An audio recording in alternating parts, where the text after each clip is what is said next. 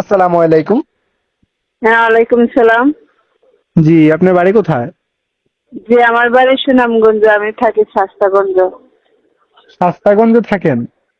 জি জি, আমার বাড়িটা ছিল সুনামগঞ্জ, এখন বর্তমানে আমি শাস্তাগঞ্জে ঘর ভাড়া থাকি।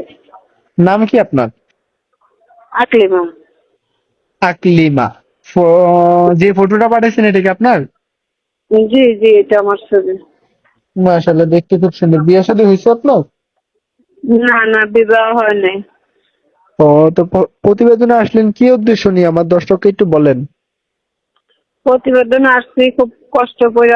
কথা বলছেন, আমার বাবা মারা গেছে, মা বিয়ে হয়ে গেছে, নানুর কাছে থাকি, খুব কষ্ট আছে দেখাই, সেই কারণে প্রতিবেদনে আসলাম। ওরকম যদি একটা ভালো মনের মানুষ পাই তাহলে ও, জীবন সঙ্গী হিসেবে রেখে দেবো।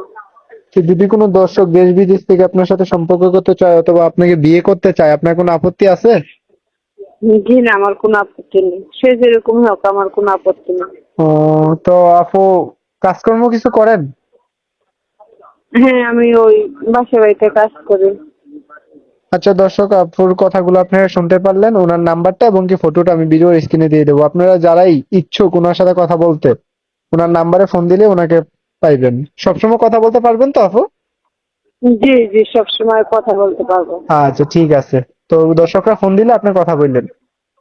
আচ্ছা, ঠিক আছে।